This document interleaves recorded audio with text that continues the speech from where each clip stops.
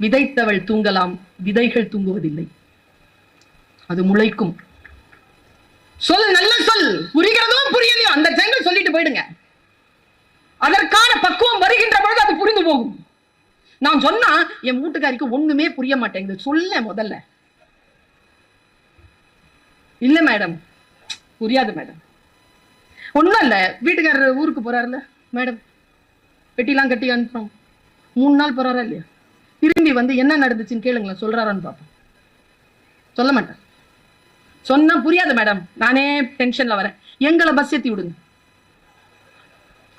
பஸ்ல ஏறினதுல இருந்து பக்கத்துல உட்கார்ந்து இருந்த ஆண்டி வாயில போட்ட வெத்தலைய காரி காரி வெளியில துப்புனதுல இருந்து இறங்கி போய் என்ன வேலை செஞ்சோம், செஞ்சு வந்தது எல்லாத்தையும் ஒப்படைப்போம். நாம் சொல்லுங்க, சொல் புரிய வேண்டும். ராமன் நாளைக்கு அபிஷேகம், உனக்கு பட்டாபிஷேகம் என்று முடிவு செய்கிறான். தசரதன் நேர கூட்டிட்டு வந்து ராமனை வசித்தன் முன்னால விட்டா. வசித்தன் தானே வளர்த்தானே, வளர்த்தது வசித்தன் கான் என்று சொன்னதற்கு பிறகும் நாளைக்கு பட்டாபிஷேகம், இவனுக்கு ஏதேனும் நல்ல வார்த்தை சொல். எனக்கு தெரியும் தோழமைகளே, நீங்கள் உங்களுடைய மனைவிமார்களுடனும் கணவன்மார்களுடனும் குழந்தைகளுடனும் வந்திருக்கிறீர்கள். இவங்க பேசுறாங்களா, உட்காந்து கேளு. அந்த மாதிரி நிறைய குழந்தைங்க உட்காந்துட்டு இருக்கு. பாத்துக்க, நான் பாட்டுக்கு அப்பளம் சாப்பிட வந்தேன்,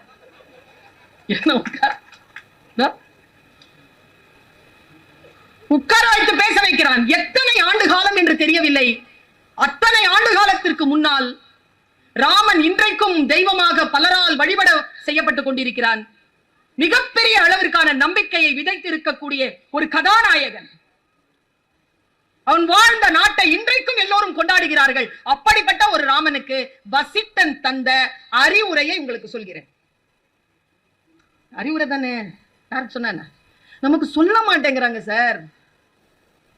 சொன்ன அறிவு வந்துரும். எத்தனை பேர் சொல்லாம இருக்காங்க தெரியுமா? என் பிள்ளைய நான் ஒரு ஸ்கூல்ல இருந்து எடுத்தேங்க, 6th ஸ்டாண்டர்ட் வரைக்கும் படிச்சாங்க. சூப்பர் ஸ்கூலுங்க. அது ஸ்கூல் பேர் சொல்ல விரும்பல. மோடி வந்தா கூட சீட்டு கிடையாது, அந்த மாதிரியான ஸ்கூல். நான் ஏன் தெரியுமா என் பிள்ளைய எடுத்தேன்? ஸ்கூல் பெருசுதான், ஆனா என் குழந்தையின் அறிவை வளர்ப்பதற்கான பள்ளிக்கூடம் அது இல்லை என்று எனக்கு புரிந்தவுடன் நான் எடுத்துட்டேன் வெளியில. அறிவு கொடுக்கணுங்க. கல்விக்கும் அறிவுக்கும் என்ன வித்தியாசம் தெரியுமா? கல்வி என்பது வெளியிலிருந்து உட்செல்வது, அறிவு என்பது உள்ளிருந்து வெளிப்படுவது. வெளியில இருந்து உள்ள போனாதானே உள்ள இருந்து வெளியில வரும். தானா சுயம்புவா வந்துருவோமா? நான் கூட தான் படிக்கிறேன் நிறைய, அதனால தான் பேசுறேன். படிக்காம பேசிட முடியுமா? சுயம்புவா கிடையாது. விலங்குக்கும் மனிதனுக்கும் இருக்கக்கூடிய வித்தியாசமே, விலங்கு பிறக்கும் பொழுதே கற்றுக்கொண்டு பிறக்கிறது, மனிதன் தான் பிறந்த பிறகு கற்றுக்கொள்கிறான். அவனால கற்றல் இல்லாமல் அவனால் இருக்க முடியாது. ஒருவனுக்கு என்ன புத்தி இருக்கணும் அப்படின்ட்டு 2 பாட்டுங்க. யாரோடும் பகை கொள்ளலன் என்ற பின் போர் ஒடுங்கும் புகழ் ஒடுங்காது, தன் தார் ஒடுங்கல் செய்யாதது தந்த பின் வேரோடும் கெடல் வேண்டுவதாகுமோ, வேண்டல் உண்டாகுமோ. இது பாட்டு. யாரோடும் நீ பகையா இல்லைன்னு அரசனாக இருக்கக்கூடியவன், யாரோடும் பகை பாராட்டவில்லை என்றால் போர்தான் ஒடுங்கும், புகழ் ஒடுங்காது என்று பேசக்கூடிய ஒரு மாண்புமிக்க வரிகள் கம்பராமாயணத்தில் உண்டு. நாம் நம்முடைய படையை, நம்முடைய பலத்தை காத்துக்கொள்ள வேண்டும் என்றால் யாரோடும் பகை கொள்ளக்கூடாது என்று பேசுகிறார். மாற்று கருத்து இருக்கலாம், பகை அவசியம் இல்லை. ஜெயகாந்தன் அவர்கள் முரசொலியில அவருக்கு விருது கொடுக்கிறாங்க. எல்லாரும் அவங்களுக்குன்னு ஒரு நண்பர்கள் இருப்பாங்களா, எல்லாரும் முறைச்சு பார்த்துட்டு இருக்காங்க. அவர் முரசொலியில வாங்கிட்டியா? இட்லி சாப்பிட்டுட்டே ஒரு நண்பர் சொன்னார், இட்லி சாப்பிட்டுட்டே கேட்டாராம், அவர்களுக்கும் நமக்கும் ஏதேனும் பகை இருக்கிறதா என்ன? சொல்லிட்டு அந்த சிங்கம் முழங்கிற்று, இந்த உலகத்தில் யாரோடும் ஒரு எழுத்தாளனுக்கு பகை இருக்க முடியுமா என்ன? எழுத்தாளர்களுக்கு, படைப்பாளர்களுக்கு பகை இருக்க முடியாது, ஆசிரியர்களுக்கு பகை இருக்க முடியாது, நிர்வாக அதிகாரிகளுக்கு பகை இருக்க முடியாது, ஒரு தகப்பனுக்கு பகை இருக்க முடியாது, ஒரு தோழனுக்கு பகை இருக்க முடியாது. பகை அவசியம் இல்லை. யாரோடும் பகை கொள்ளலன் என்ற பின் போர் ஒடுங்கும் புகழ் ஒடுங்காது. காதலர் தினம் வந்து போச்சு. காலிப் எழுதுகிறான், நீயும் நானும் பிரிந்து விட வேண்டும் என்று முடிவானதற்கு பிறகு, நீயும் நானும் பிரிந்து விட வேண்டும் என்று முடிவானதற்கு பிறகு உனக்கும் எனக்கும் நடுவில் எதற்கு பகை என்ற புதிய உறவு? பிரிஞ்சிடணும்னு முடிவு பண்ணிட்டல, போயிட்டே இரு, இக்னோர் பண்ணு. இக்னோர் பண்றதை விட பெரிய தண்டனை யாருக்கு என்ன இருந்துட முடியும்? அவன் சொல்லுகிறான், யாரோடும் பகை கொள்ளலன் என்ற பின் போர் ஒடுங்கும் புகழ் ஒடுங்காது. 8 குணம் இருக்கணும் குழந்தைகளை ஒருத்தனுக்கு. 8 குணம் உங்களிடத்தில் இருக்கிறதா? உங்களாலும் நிமிர்ந்து ஒரு ஆட்சிக்கு அதிகாரியாக வந்து சேர முடியும். என்னென்ன அந்த 8 விஷயம் சொல்றார் கம்பர் வசிட்டர் மூலமாக. இனிய சொல்லினன், எனக்கு ரொம்ப பிடிச்சமான சொல்லு. இனிமையா பேசணும். இங்க நான் நிறுத்துறேன். உடம்புல இருந்து வெளியேறது எல்லாமே நாற்றமானதுதான். மற்றவர்கள் முகம் சுளிக்க கூடியதுதான். மற்றவர்கள் இதழ்களில் புன்னகை வரவழைத்தவர்களை மகிழ்ச்சிக்குரிய ஒன்று உங்கள் உடலில் இருந்து வெளிப்படலாம். அதற்கு வாய்தான் உறுப்பு. அதிலிருந்து நல்ல இனிமையான சொற்களை நீங்கள் வெளிப்படுத்துகின்ற பொழுது முன்னால் இருக்கின்றவர்கள் மகிழ்ந்து போகிறார்கள். இனிமையான சொல் யாரிடத்தில் இருக்கிறதோ அவர்கள் ஜெயிக்கிறார்கள். இனிய சொல்லினன். யாவருக்குமாம் இறைவருக்கு ஒரு பச்சிலை, யாவருக்குமாம் பசுவிற்கு ஒரு வாயுரை, யாவருக்குமாம் உண்ணும் போது ஒரு கைப்பிடி, யாவருக்குமாம் பிறருக்கு இன்சொல் தானே திருமந்திரம். மற்றவர்களுடைய உடலை, மற்றவர்களுடைய உள்ளத்தை கவனம் படுத்திக் கொண்டு பேசுகின்ற இனிமையான சொல் முதல் தகுதி. கால் தானே மிதிச்சான், தெரியாம தானே மிதிச்சான். ஏன் பரம்பரையை திட்டுற? நான் யார் தெரியுமா? நான் சாரி சொல்ல மாட்டேன். இனிய சொல்லினன். அடுத்து ஈகையன். இருக்கிறத கூடு. ஈகைங்கிறத சொல்லவா? இந்த கல்லை வைரமணி ஆக்குறவா வித்த சொல்லவா? இருக்கிறத அள்ளி கொடுக்கிறவன் இல்லைங்க கொடையாளன். வலிக்க வலிக்க கிள்ளி கொடுக்கிறவன் தாங்க கொடையாளன். பணக்காரன் கொடையாளனா? வள்ளலா? இல்ல. மனம் இருக்கணும். பைபிளில் ஒரு வார்த்தை இருக்கிறது. ஐஸ்வர்யான் ஒருவன் வந்தான், கையில் அவரிடத்தில் கொடுத்தான், சாப்பாட்டுக்காக வருவாருன்னு பார்த்துட்டு இருந்தான். ஒரு பெண் இருந்தால், அவள் ஒரே ₹1 தான் கொடுத்தாள். இயேசு கிறிஸ்து அவள் வீட்டுக்கு சாப்பிட போனான். அப்ப ஐஸ்வர்யான் மேல இருந்துட்டு அந்த அந்த மரக்கிளையில இருந்துட்டு அதை பாக்குறான். பார்த்துட்டு அவர்கிட்ட கேட்கிறான், நான் ₹1000 ₹100 கொடுத்தேன், என் வீட்டுக்கு வராம ₹1 கொடுத்து அவ வீட்டுக்கு போனியே ஏன்? இயேசு கிறிஸ்து சொன்னார், கல்லை வைரமணி ஆக்கும் இன்னொரு சொல். நீ உன்னிடத்தில் இருந்ததிலிருந்து ₹100 கொடுத்தாய். அவள் தன்னிடம் இருந்த எல்லாவற்றையும் சேர்த்து ₹1 கொடுத்தாள். கொடைங்கிறது அதாங்க. ஈகையன். கொடுக்கிற புத்தி இருக்கணும். எங்க இருக்குது குழந்தைங்க? அதர்சம். எல்லாரும் குட்டன் பிடியா? இன்னைக்கு தானே சுட்ட மாவு இருக்குமா, நாளைக்கு சுட்டு தரேன். அது நாளைக்கு சுடுறது. இன்னைக்கு 2 சுடிதார் இருக்கு, ஒண்ணு நீ எடுத்துக்க, இன்னொன்னு அந்த பிள்ளைக்கு தந்துடலாம். 2த்துல எது நல்லா இருக்கு? 2 வேணும். எல்லாம் வேணும். நுகர்வோம். இந்த நேரத்துலதான் குழந்தைகளுக்கு இது சொல்லப்பட வேண்டியதா இருக்கிறது. ஈகை குணத்தோடு இரு. எண்ணினன். எண்ணியர் எண்ணியாங்க எய்துவர், எண்ணியர் திண்ணியராக பெரிய. நான் நர்த்தகி நடராஜ் இருக்கிறாங்கிறதுனால சொல்லலீங்க. எவ்வளவு அவமானம் தெரியுமா? எவ்வளவு வலி. எல்லா வலியையும் ஒரு நாள் நான் ஜெயித்து வருவேன் என்று சொன்ன அந்த எண்ணம் இருக்குல்ல, அதுதான் அக்காவை இங்க கொண்டு நிறுத்தி இருக்கு. எண்ணம். எண்ணியர் எண்ணியாங்க எய்துவர், எண்ணியர் திண்ணியராக பெறுங்கிறாரே வள்ளுவர். எண்ணினன். அடுத்த வார்த்தை போட்டாம் பாருங்க. என் பையன் சொல்வாங்க, அம்மா நான் சொல்வேன், சொல்லில் உயர்ந்த சொல் செயல். எண்ணம். பைபிள்ல தான் ஞாபகம் வருது மறுபடியும். ஆவியோ உற்சாகமானது, சரீரமோ பலவீனமானது. ஒன்றும் பண்றதில்லை. உள்ளத்தை எப்படி பிடித்து வைத்திருப்பது? அந்த எண்ணம் எல்லாம் உங்ககிட்ட இருக்கு. வினையாற்றுகிறீர்களா? நான் ஒன்றை சொல்லுகிறேன், நீங்கள் வீட்டிலே இதை போய் சிந்தித்து பாருங்கள். கடவுள் என்பது பெயர் சொல் அல்ல, வினை சொல். அது நிகழ்கிறது. அன்பு என்பது பெயர் சொல் அல்ல, அது வினை சொல். அது நிகழ வேண்டும். நான் உன்னை எவ்வளோ லவ் பண்றேன் தெரியுமா? எவ்வளோ? போயிருவான். எவ்வளோன்னு கேட்டாலே போயிருவான். சொல்ல தெரியாது. அன்பு என்பது வினை சொல். நான் உனக்கு நட்சத்திரங்களில் இருந்து அப்படி அள்ளி எடுத்து வந்து நட்சத்திரங்களை உன் கையில் கொடுப்பேன். போனுக்கு ரீசார்ஜ் பண்ணு. அது ஆண் பெண் 2 பேரும் கேட்டுக்கிறாங்கன்னு வச்சுக்கோங்களேன். ஐயோ இந்த போன் உடனே பக்குன்னு இருக்குதுங்க. வினயன் வினையாற்றுவது. நான் பல கூட்டங்கள்ல பேசி இருக்கிறேன். இந்த போன் படுத்துற பாடு கடவுளே காப்பாத்தணும். முதல்ல எல்லாம் போன் வந்தா எல்லாரும் வீட்டுக்குள்ள ஓடி வருவாங்க. பிரிச்சு ஓடுறான். டவர் இல்ல டவர் இல்ல டவர் இல்ல. என்னத்த டவர் இல்ல? போன் காணும்னு வச்சுக்கோங்களேன், அவன் பதறத பாத்திருக்கீங்களா? எதுக்கு போனுக்கா பதறான்? உள்ள இருக்கக்கூடிய மெட்டீரியலுக்கு பதறான். இந்த கல்யாணம் பண்றதுக்கு நீ ஜாதகம் எல்லாம் வேணாம். பொண்ணு பாருங்க, பையனை பாருங்க, அவன் போனை இவன் கிட்ட ஒரு 3 நாள், இவன் போனை அவன் கிட்ட ஒரு 3 நாள், கல்யாணம் நடந்துரும். அவ்வளவு கள்ளத்தனம். வினயன் வினையாற்ற வேண்டும். அந்த வினை ஆற்றுதலில் தூய்மை இருக்க வேண்டும், நேர்மை இருக்க வேண்டும். எண்ணங்கள் பலமாக இருந்தால் மட்டும் போதாது. பலமான எண்ணங்களை என்ன செய்யணும்? ட்ரெயின்ல இருந்து வெளியில தள்ளி விட்டான். வெளியில தள்ளி விழுந்த உடனே நினைச்சாரு மோகன்தாஸ் கரம்சந்த், என்னையா தள்ளி விடுற மாவன, உன்னை என் நாட்டுல இருந்து தள்ளி விடுறேன்னு சொல்லி தள்ளி விட்டாரா இல்லையா? எண்ணினன் மண்ணுருண்டையால் தான் அடித்தான் ராமன் கூனி நினைச்சாலே. மண்ணுருண்டையால் அடிக்கிற மாவன உன்னை மண்ணே இல்லாம அடிக்கிறேன் பாரு, அடிச்சாலா இல்லையா? எண்ணுவது பெரிய விஷயம் இல்லை, எண்ணுவதை செயல் புரிய வேண்டும். என் தோழமைகளை, என் குழந்தைகளை, எதை நினைக்கிறாயோ அதை வினையாற்று. வினையில் கொண்டு வா. வினயன் தூயன், தூய்மையானவளாக இரு, தூய்மையானவனாக இரு. என்ன பிரச்சனை? ஆஹா, ஓஷோதான் சொல்வார், நுண்ணறிவாளர்கள் சூழ்ச்சி செய்வதில்லை, சூழ்ச்சி செய்வதற்கு நுண்ணறிவு தேவையில்லை, முட்டாள்கள் தான் சூழ்ச்சி செய்கிறார்கள், புத்திசாலித்தனமே போதுமானது.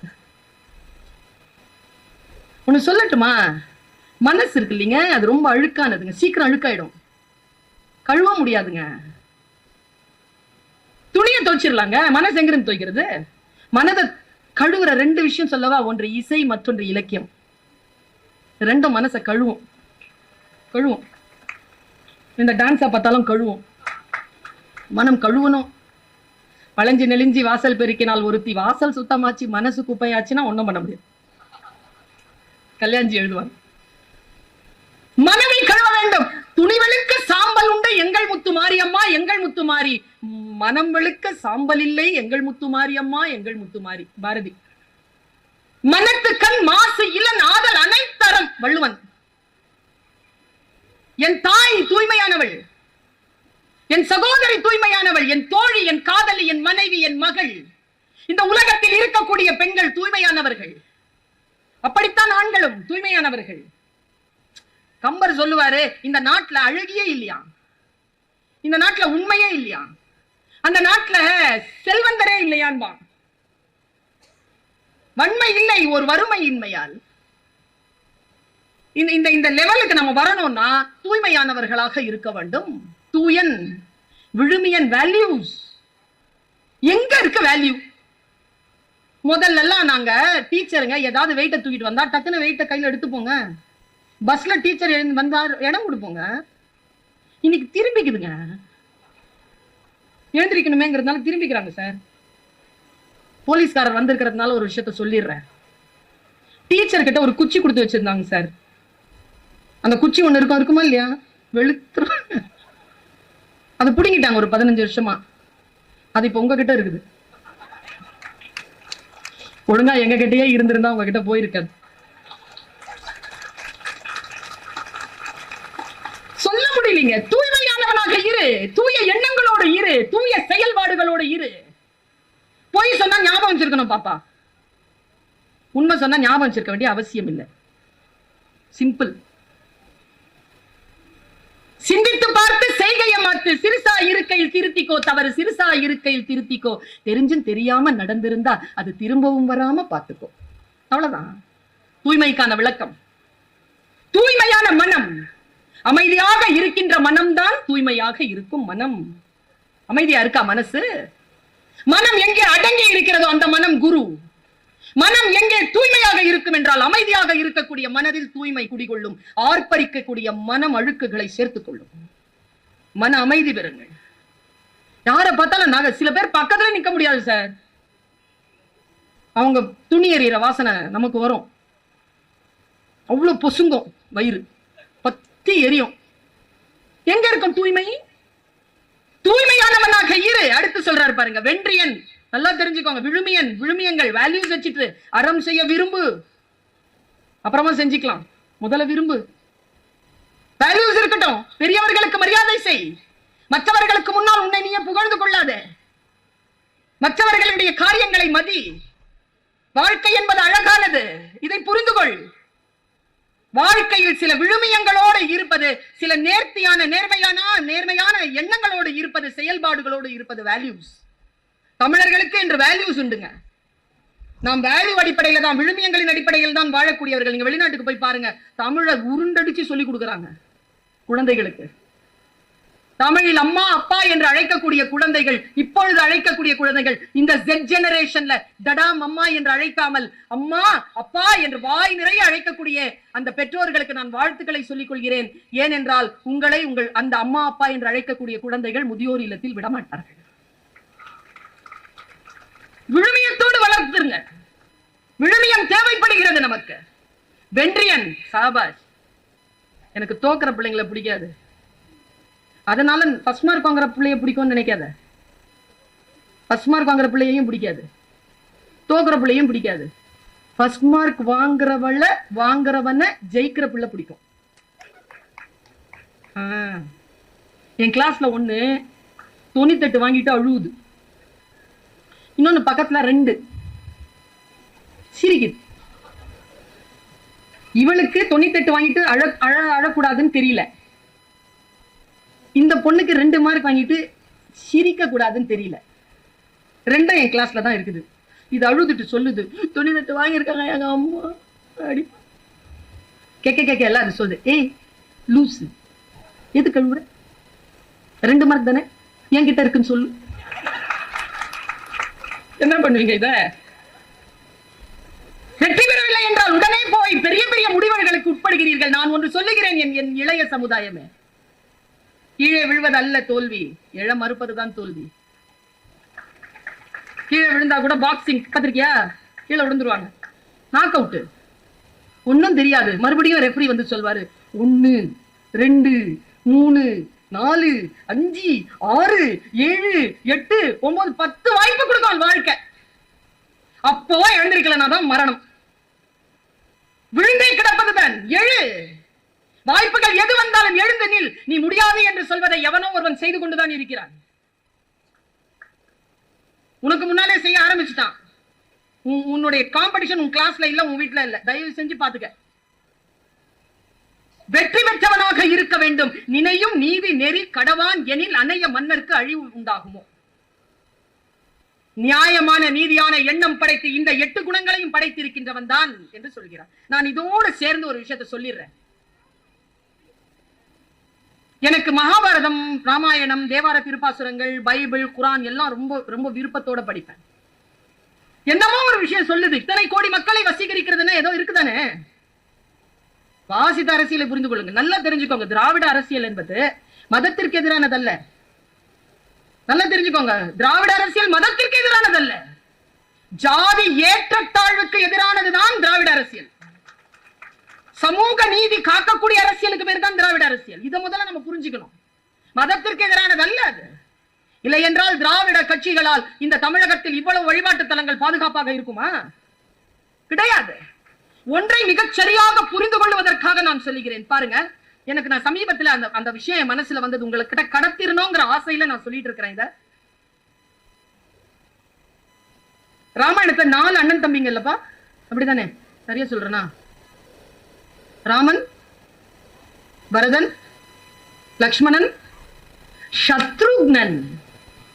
எனக்கு இந்த 3 பேர் பத்தி தெரியும், நிறைய படிச்சிருக்கேன். சத்ருக்னன் பத்தி படிக்கவே இல்லப்பா நானு. 12வது பாட்டுல சத்ருக்னன் இல்ல, சும்மா அங்க வருது, ஒரு வார்த்தை வருது. சத்ருக்னன் அப்படிங்கிற சொல்லுக்கு என்ன அர்த்தம்? நான் ஒருத்தர் கிட்ட கேட்டேன். சத்ருனா பகை, க்னன் என்றால் அழித்தவன், பகை அழித்தவன். ஆனா அவன் எந்த போர்லயும் ஈடுபட்டதா சரித்திரம் இல்ல. அப்படி என்றால் சத்ருக்னன் என்பதற்கான பொருள் என்ன என்று வியாக்கியானம் கேட்டபொழுது பெரியவர்கள் ஒரு வார்த்தையை சொன்னார்கள். நான் அப்படியே கடத்தி விட்டு போகிறேன், ஆசீர்வாதம் கொண்டவர்கள் புரிந்து கொள்ளுங்கள். ஒவ்வொரு பிறப்பிற்கும் ஒரு நோக்கம் இருக்கிறது. எல்லோருக்கும் ஒரு நோக்கம் இருக்கிறது. எனக்கு ஒரு நோக்கம் இருக்கிறது. சத்ருக்னனுக்கு என்ன நோக்கம் தெரியுமா? பரதனுக்கு நிழலா இருக்கணுங்கிறது அவனுடைய பிறப்பினுடைய நோக்கம். அதான் நோக்கம். சரி, பரதன் என்ன மாதிரி இருப்பான்? சுமாரா.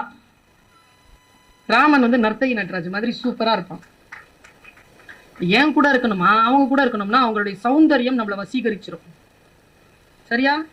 ராமனுடைய சௌந்தரியம் பயங்கரமா இருக்குமாங்க, வசீகரிக்குமா.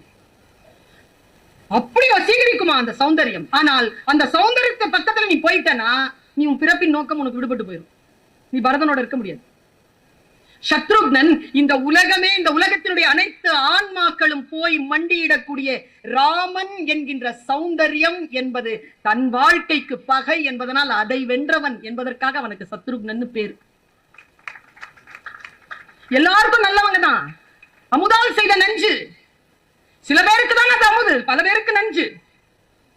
அமுதம் என்றால் நீ சாப்பிடலாம், நஞ்சு என்றால் சீதை ராமனுக்குத்தான் அமுது, ராவணனுக்கு நஞ்சு.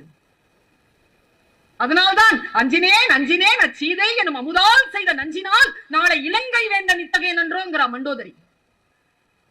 நம் பிறப்பினுடைய நோக்கை, நம்முடைய இலக்கை அழிக்கக்கூடிய எதுவுமே நமக்கு சத்ரு என்பதனை நாம் புரிந்து கொள்ள வேண்டும். நான் இப்படி சொல்றேன். பகவத்கீதை நிறைய இருக்கு. நான் நேத்து கூட உபநிஷதங்களை வாங்கிட்டு போனேன். நிறைய இருக்கு. ரிக்யஜுர் சாமம் அதர்வனம் எல்லாம் போட்டு 10 உபநிஷதங்களும் சேர்ந்து ஒரு நல்ல ஒரு புத்தகம், பெருசா இருக்கு. இவ்வளவு பெரிய புக் எடுத்துட்டு போன சூப்பரா இருக்கும். ஏதாவது செய்தி இருக்கும், படிக்கலாம்.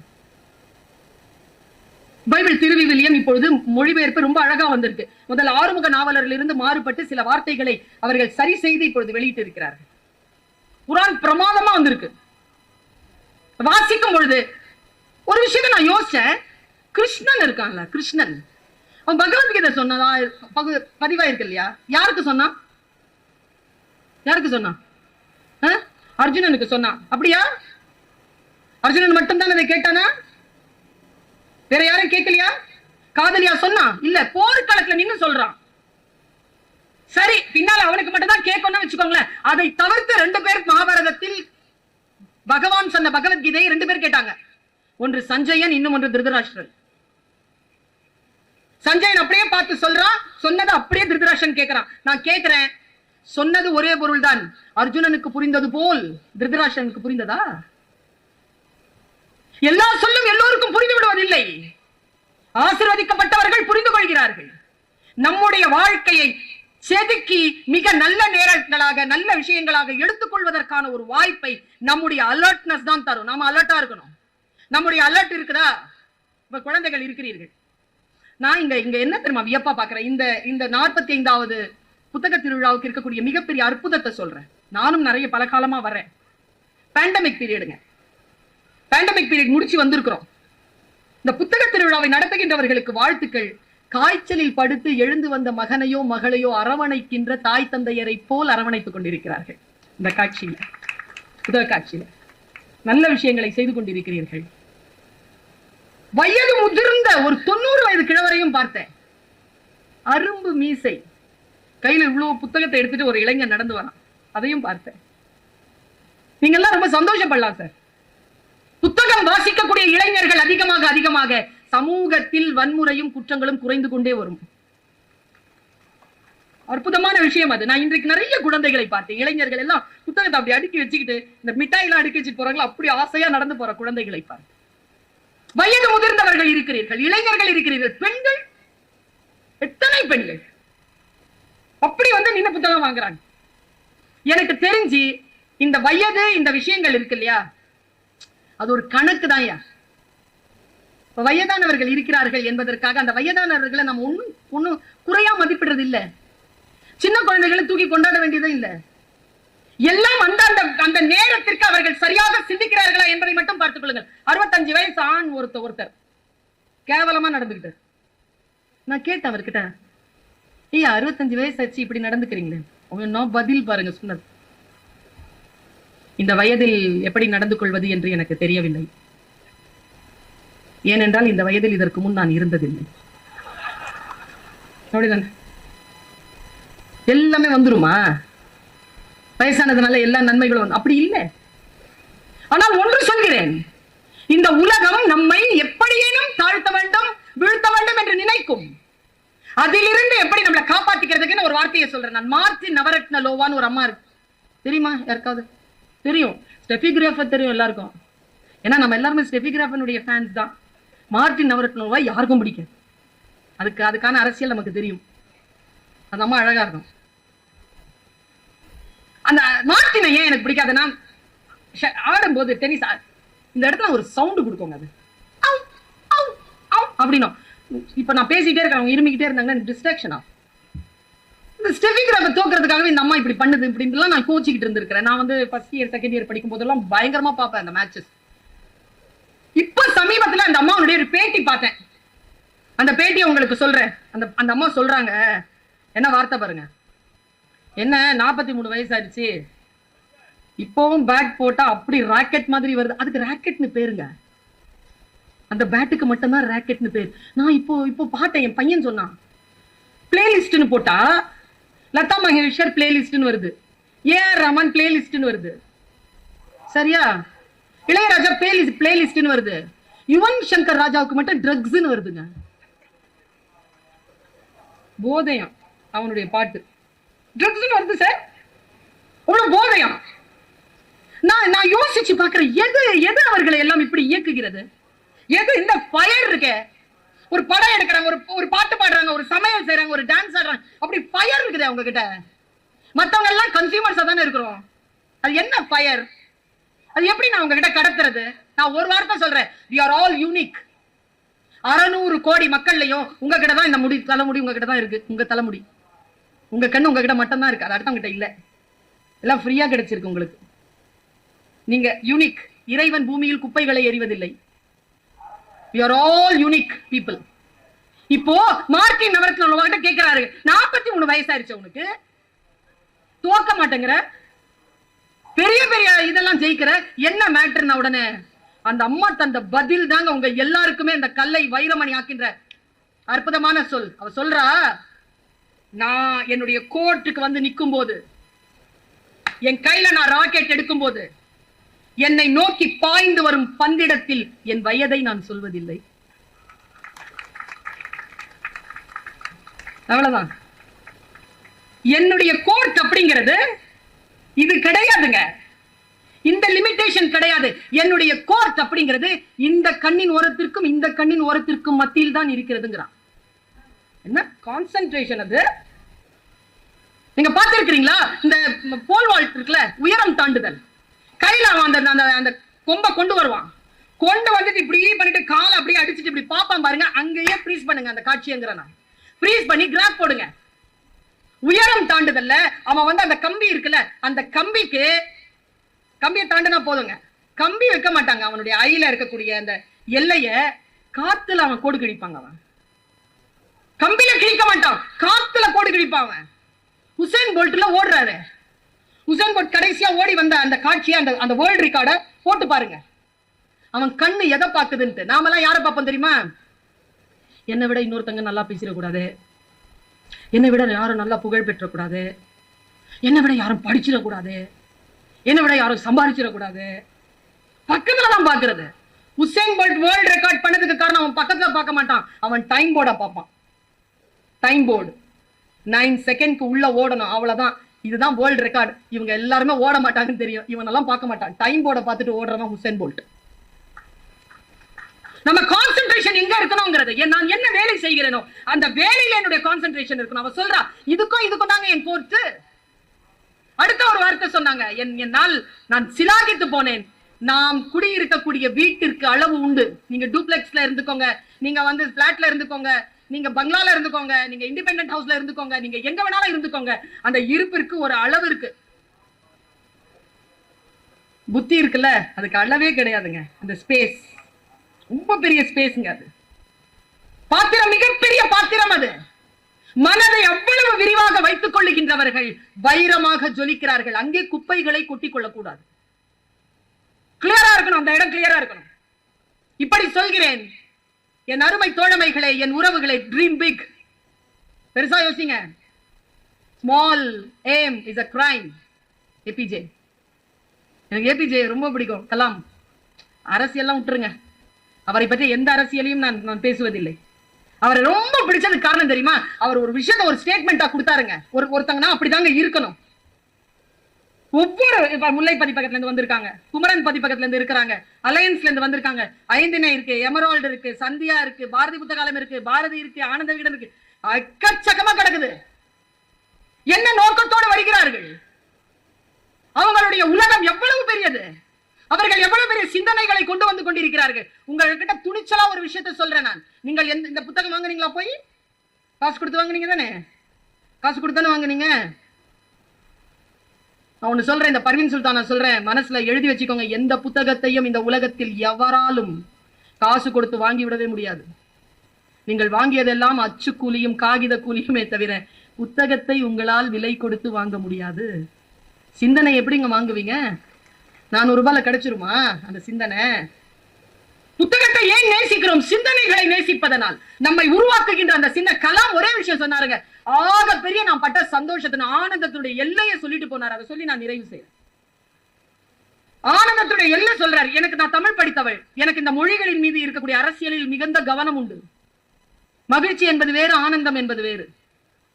ஆனந்த கோஷம் பாருங்க, சமஸ்கிருத சொல்லல் உவகை வேற வேற ஸ்டேட். அது மனநிலைய வேற. ஆனந்தமா இருக்கிறது வேற, மகிழ்ச்சியா இருக்கிறது வேற. மகிழ்ச்சி என்பது வெளியிலிருந்து உட்செல்வது, ஆனந்தம் என்பது உள்ளிருந்து வெளிப்படுவது. இங்கிருந்து வரும், இன்வர்ட் இல்ல, வெளியில வரும். ஆனந்தமானேன்றாருங்க அவரு. அந்த ரெக்கார்டிங்ல சொல்றாரு, நான் ஆனந்தமாக இருந்தேன். என்ன பண்ணீங்க? நான் வந்து ஏவுகணையை விட்டேன், அக்கினி விட்டேன், உலகத்துல அணு ஆயுதத்தை தயார் பண்ணேன், எல்லாம் பண்ணேன். ஆனா அதெல்லாம் என் டீம் ஒர்க், அதெல்லாம் இந்தியாவை காப்பாத்துற ஒரு முயற்சி தான், அறிவியல் முயற்சி தான். ஆனா அப்போ அதெல்லாம் அழிவுங்க. என் மனசுக்கு அது சந்தோஷத்தை கொடுக்கலீங்கன்னு ஸ்டேட்மெண்ட் கொடுக்குறாருங்க அந்த வீடியோல. உனக்கு எது மகிழ்ச்சியா கொடுத்தா? என் ஃப்ரெண்டு ஒரு நாள் என்ன கூப்பிட்டான், நான் போனேன். கலாம் எப்படி 125, மற்றதெல்லாம் 36 40 தாங்க, இது 125 அளவு நமக்கு ஏவுகணை. 125 விட்ட, மற்றதெல்லாம் 34 36, ரஷ்யால 36 48 அவ்வளவுதான். இது 125 நம்முடைய ஏவுகணை. 125 அந்த கெப்பாசிட்டி இருக்கான விஷயத்தை எப்படிப்பா போட்ட அப்படின்னு உடனே ஃப்ரெண்டு கிட்ட சொன்னாரா, அதை நான் பயன்படுத்தின உலோகம் இருக்குல்ல, அந்த உலோகம் லைட் வெயிட்டான உலோகம்.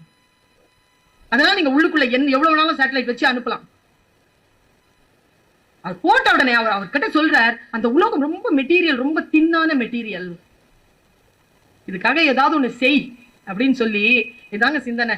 அவரை கூட்டிட்டு போயிட்டு போலியோ அட்டாக் ஆயிருக்கக்கூடிய குழந்தைகளுடைய இல்லத்துல கொண்டு போய் விட்டாராம். நானும் நீங்க நடக்கிறோம், நர்த்தகி ஆடுகிறார், நான் நின்று பேசுகிறேன், நமக்கு கால்கள் உண்டு. கால்கள் இல்லாமல் மாற்றுத்திறனாளியாக இருக்கக்கூடியவர்களுடைய வாழ்க்கை எவ்வளவு வலியானது. நீங்க செருப்பு போட்டிருக்கிறீங்களா, அந்த செருப்பு வந்து 300 கிராமுக்கு மேல அந்த 2 செருப்பும் போட முடியாதுங்க உங்களால. 1 கிலோ ஷூ போட்டுருவீங்களா? எவ்வளவுக்கு எவ்வளவு குறையுதோ வெயிட் அவ்வளவுக்கு எவ்வளவு ஜாஸ்தி விலை. ரொம்ப லைட் வெயிட்டான ஷூ தான் அதிக விலை. அவர் சொன்னார், நீ பார்த்திருக்கிறியா இந்த பையனுடைய கால்ல போட்டிருக்கக்கூடிய அந்த இது இருக்கு இல்லையா, அந்த கேலிபர் அந்த ஷூ வந்து 3.5 கிலோ. அதனால அந்த குழந்தைகள் நீங்க பாத்திருக்கீங்களா, இப்படி நடக்காது, இப்படி எடுத்துட்டு தான் நடக்கும். ஏன்னா வெயிட், இடுப்புல வெயிட் இருக்க தாங்க முடியாது, அதை அப்படி தாங்கிட்டு நடப்பாங்க. பார்த்து இதுக்கு ஏதாவது செய் அப்படின்னு போயிட்டாராம். நான் உட்கார்ந்து அந்த ஏவுகணை செய்த அந்த மெட்டல்ல 300 கிராமுக்கு நான் கேலிபர் ஷூ செய்தேன். 300 கிராம்ஸ். அந்த குழந்தைகள் அதை போட்டுட்டு நடக்கிறதோ ஓடுறதோ சைக்கிள் ஓட்டுறதோ நான் பார்த்தேன். என் வாழ்க்கையில் நான் ஏவுகணைகள் தயாரித்ததை விட அதிகமான சந்தோஷத்தை அடைந்தேன் என்று சொன்னார். அப்ப எனக்கு அவர் வைரமா தெரிஞ்சாருங்க.